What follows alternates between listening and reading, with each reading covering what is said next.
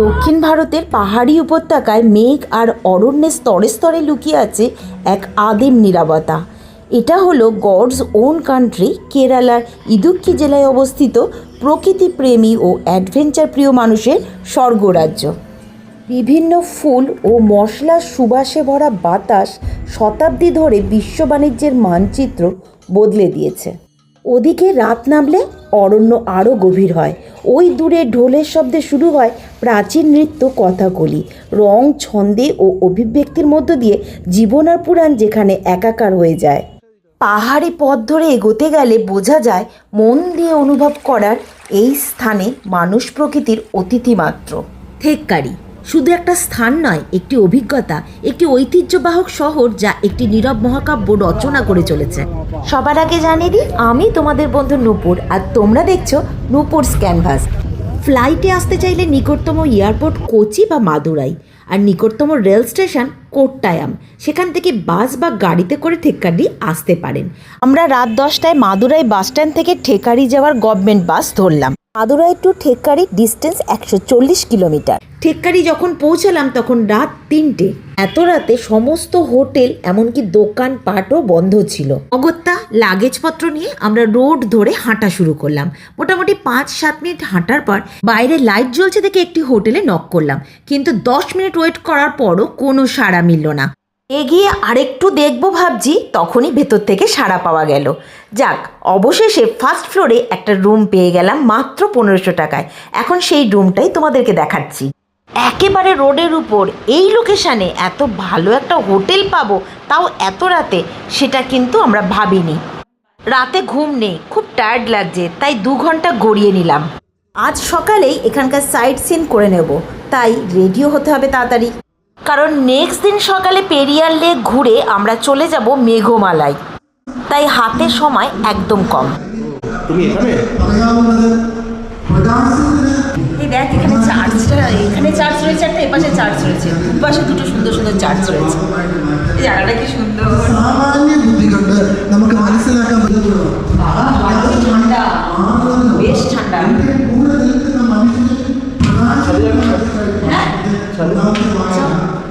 হোটেলের ছাদ থেকে ল্যান্ডস্কেপটা দেখো একবার। আকাশে মনে হয় যেন কেউ রং ঢেলে দিয়েছে, আর ওই দূরে দেখা যাচ্ছে পাহাড়ের সারি। কি অসাধারণ একটা দৃশ্য, তাই না? এখন সকাল 6:30, রেডি হয়ে আমরা বেরোচ্ছি সাইট সিনে। গতকাল রাতে হোটেলের নামটাই দেখা হয়নি। এই হচ্ছে আমাদের হোটেল, নাম রিল্যাক্স ট্যুরিজম হোম। ইউটিউবে জেনেছিলাম থেক্কারির সাইট সিনগুলো খুব বেশি দূরত্বে নয়, কিন্তু জিপ বুক করতে ভাড়া পড়ছে 2500 টাকা করে। আমাদের হোটেলের একদম কাছেই ছিল 2খানা চার্চ, কথাকলি ডান্স ও মার্শাল আর্ট গ্যালারি এবং পেরিয়ার লেক। বাকিগুলো ঘুরতে অটো ভাড়া পড়লো আমাদের মাত্র 400 টাকা।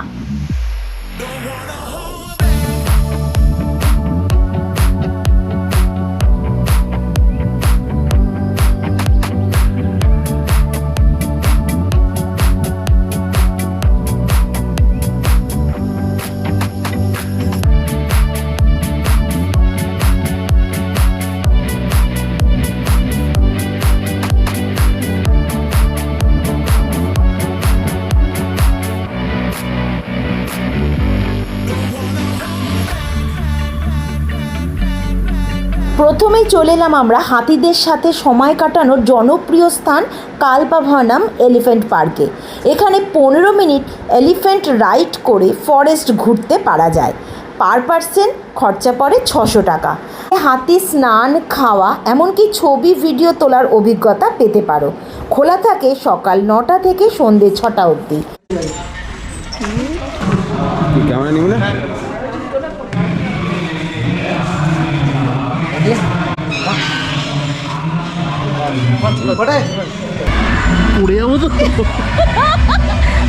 ঠিক করে বস, যদি ছুটতে থাকে বাবু, বুঝতে পারছিস আমাদের অবস্থা কি হবে? হ্যাঁ, তাহলে ঠিক বাবারি, দেখো হাতির পিঠে এলিফ্যান্ট রাইড।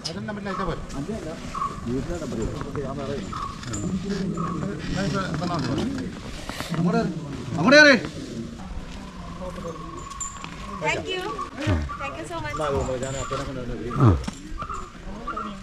100 টাকা দিয়ে কিছু ফল ও সবজি কিনে নিজের হাতে হাতিকে খাওয়ানোর ব্যবস্থাও আছে এখানে।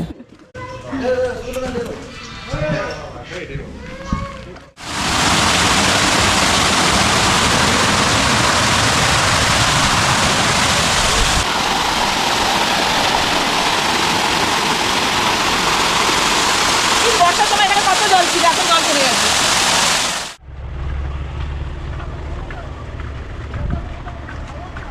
ভারতের মশলার বাগান কেরালা, আর সেই অভিজ্ঞতার অন্যতম কেন্দ্র হলো এই থেক্কাডি। এখন আমরা যাচ্ছি আয়ুর্বেদিক ও স্পাইস গার্ডেন ঘুরে দেখতে। আমরা প্রতিদিন খাবারে যেসব মশলা ব্যবহার করি তা কিভাবে জন্মায় জানতে চাইলে এই স্পাইস গার্ডেনগুলো অবশ্যই ঘুরে নেবেন। এলাচ, গোলমরিচ, ভ্যানিলা, দারচিনি, লবঙ্গ, জায়ফল, জয়িত্রী, চকলেট বানানোর জন্য কোকো, কফি, বিভিন্ন ঔষধি গাছ দেখা ও চেনার সুযোগ পেয়ে যাবেন, যা সম্পূর্ণ প্রাকৃতিক ও জৈব পদ্ধতিতে চাষ করা হয়। এখান থেকে একদম টাটকা মশলা ও ঘরোয়া পদ্ধতিতে তৈরি তেল কেনার সুযোগ আছে।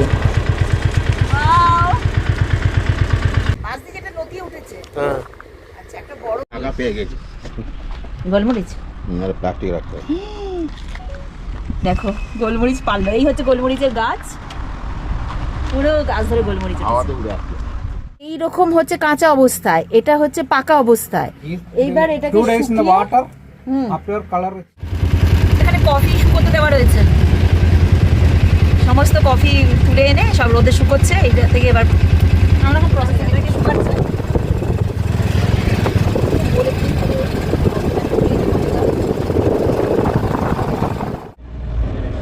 এই যে কথাকলি ড্যান্স আর মার্শাল আর্ট, এই টিকিট কাউন্টার হচ্ছে এটা।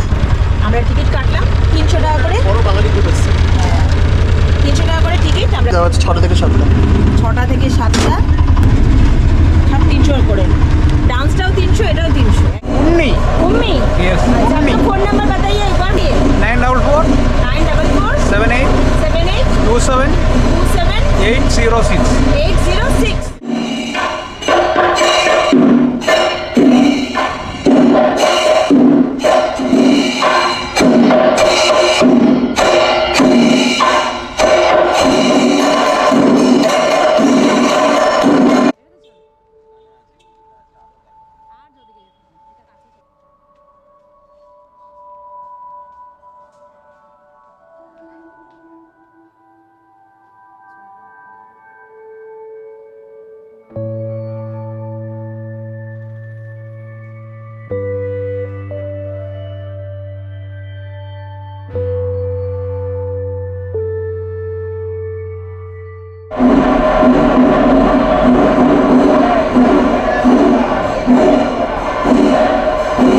কালকে সারা রাত বাসে জার্নি করে এসেছি, তো রাতে ঘুম হয়নি। এখানে যখন ঢুকেছি তখন রাত 3টে, যখন আমরা হোটেল ঠিক করেছি তখন প্রায় 4টে, তো একদম ঘুম হয়নি। এবার দুপুরবেলায় এসে ভালো করে ঘুমিয়ে নিলাম। যে কী কী পাওয়া যায় এখানে ভালো আশেপাশে দোকানপাট, সেগুলো ঘুরে দেখবো আর সেগুলো তোমাদের সাথে শেয়ার করবো। ঠিক আছে, সঙ্গে থাকো, দেখতে থাকো।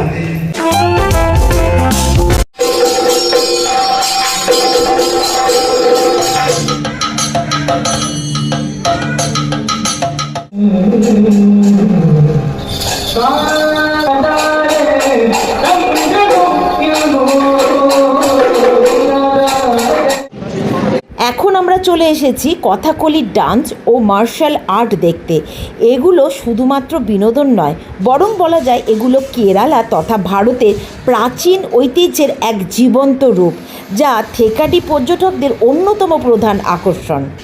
কথাকলি ডান্স হলো প্রথাগত নৃত্যনাট্য, আর প্রাচীন যুদ্ধের রীতি কলাকৌশল হচ্ছে মার্শাল আর্ট। সময় বিকেল 5টা থেকে 6টা আর রাত 7টা থেকে 8টা। টিকিট কিন্তু আগেই সংগ্রহ করতে হয়।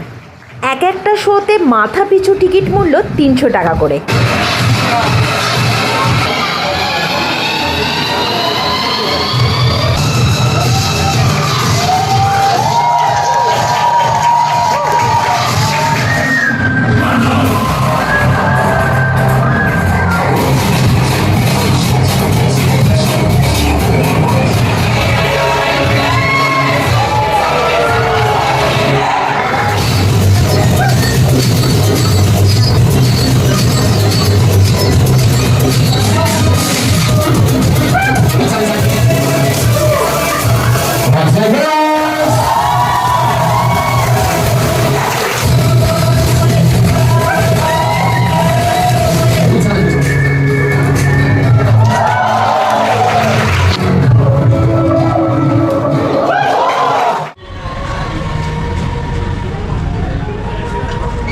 Ground floor.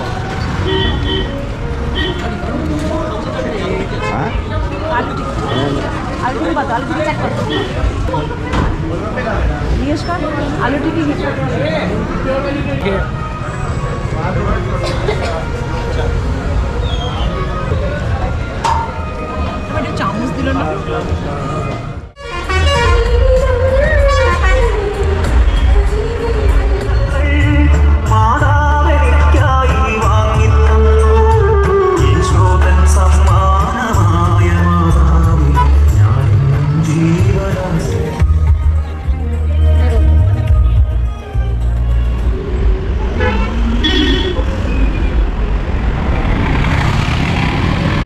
কথাকলি ডান্স ও মার্শাল আর্ট শো দেখে শপিং করতে এবার চলে এলাম মার্কেটে।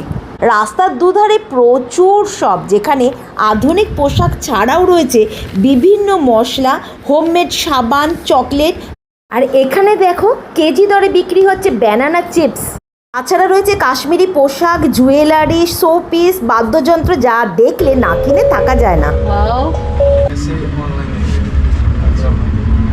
अच्छा कैमरा नॉट ऑन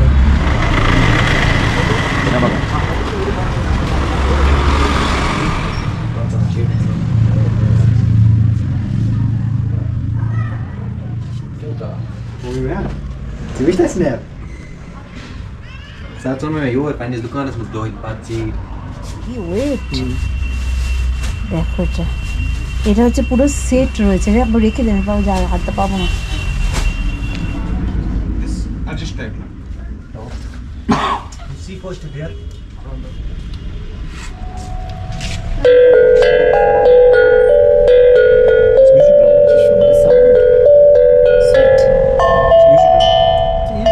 প্রাইস ये 550 সবসময় পড়ে এইটা তো দামি।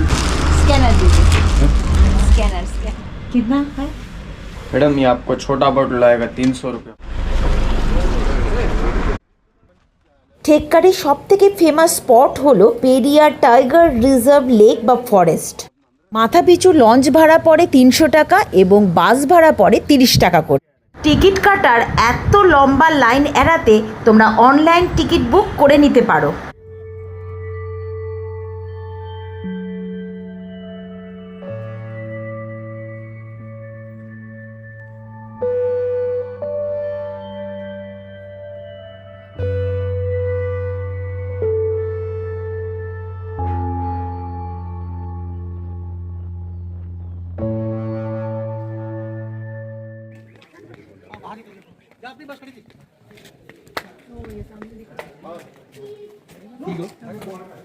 দু চার দিন আগে টিকিট বুক না করলে অনলাইন টিকিট কিন্তু সব বুক হয়ে যায়।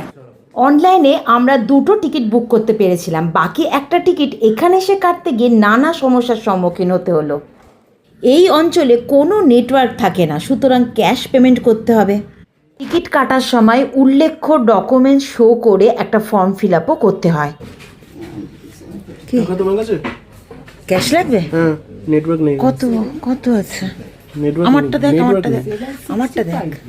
কারোরটাই নেটওয়ার্ক হবে না এখানে, নেটওয়ার্ক পাওয়া যাবে না জঙ্গলের পিছু। ফালতু এক্সপেরিয়েন্স।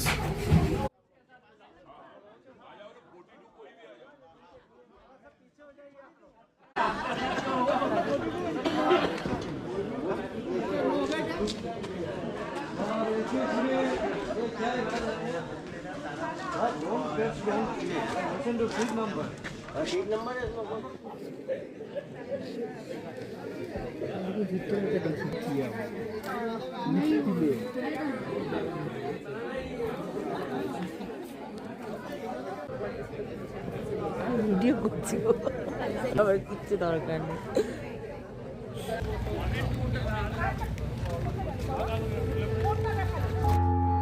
প্রায় ঘন্টাখানেক অপেক্ষা করার পর অবশেষে আমরা লঞ্চে ওঠার সুযোগ পেলাম। অপূর্ব সুন্দর এই লেকের পরিবেশ। এখানে সূর্য ওঠে কুয়াশার ভেতর দিয়ে, সূর্যের আলো ছুঁয়ে যায় চিরসবুজ বনভূমির শীর্ষ। প্রতিটি পাতার হাওয়া বহন করে হাজার হাজার বছরের গল্প।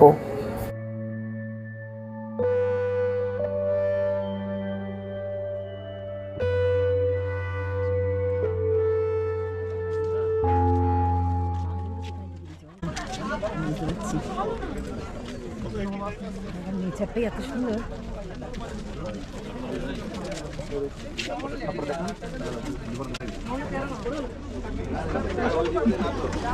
কোন দিক দিয়ে যাবো তুই তো বলছিস?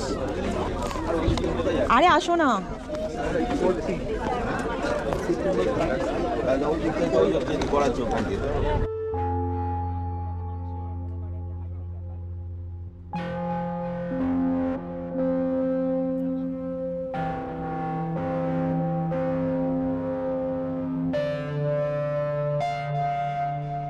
এই লেকের শান্ত জলে যখন লঞ্চ ভাসে, সময় মনে হয় ধীর হয়ে আসে। দূরে চিতল হরিণের দল সতর্ক চোখে তাকিয়ে থাকে। লেকের দুই ধারে বাইসন ও নানা উপজাতির পাখির দেখা তো মেলেই, এমনকি কপাল ভালো থাকলে এক দল বন্য হাতিকে রাস্তা বা জলাশয় পার হতে দেখা অসম্ভব কিছু না।